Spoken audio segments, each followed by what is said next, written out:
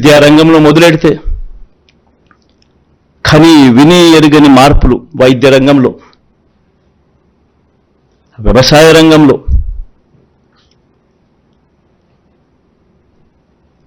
మహిళా సాధికారత విషయంలో, అవ్వాతాతల సంక్షేమంలో,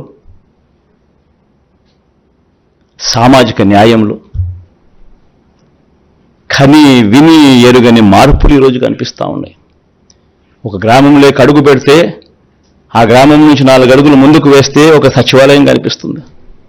600 రకాల సేవలు, ప్రతి 60-70 ఇళ్లకు ఒక వాలంటీర్ ఇంటికి డోర్ డెలివరీ చేస్తూ ఉన్న సేవలు, కరప్షన్ లేదు, వివక్ష లేదు.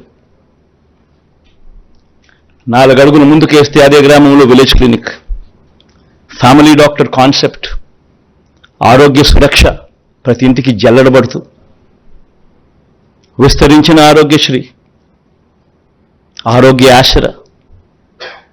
మరో 4 అడుగులు ముందుకు వేస్తే అక్కడే ఆర్బీకే రైతు భరోసా కేంద్రం, రైతన్నలను చెయ్యి పట్టుకుని నడిపిస్తూ అక్కడే నాణ్యమైన విత్తనాలు, పంటల కొనుగోలు, నాణ్యమైన విత్తనాల supply, pesticide supply, fertiliser supply దగ్గర నుంచి మొదలు పెడితే పంటల కొనుగోలులో కూడా దళారీలు లేకుండా వ్యవస్థ అక్కడే.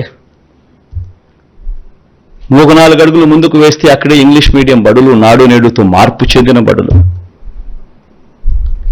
ఇవన్నీ కూడా మరో 10-15 సంవత్సరాలు ఇలానే కొనసాగితే, మరో 15 సంవత్సరాలు ఇలాగే జరిగితే ఏ రకంగా ట్రాన్స్ఫర్మేషన్ జరుగుతుంది అన్నది ఆలోచించేమని అడుగుతా ఉన్నా.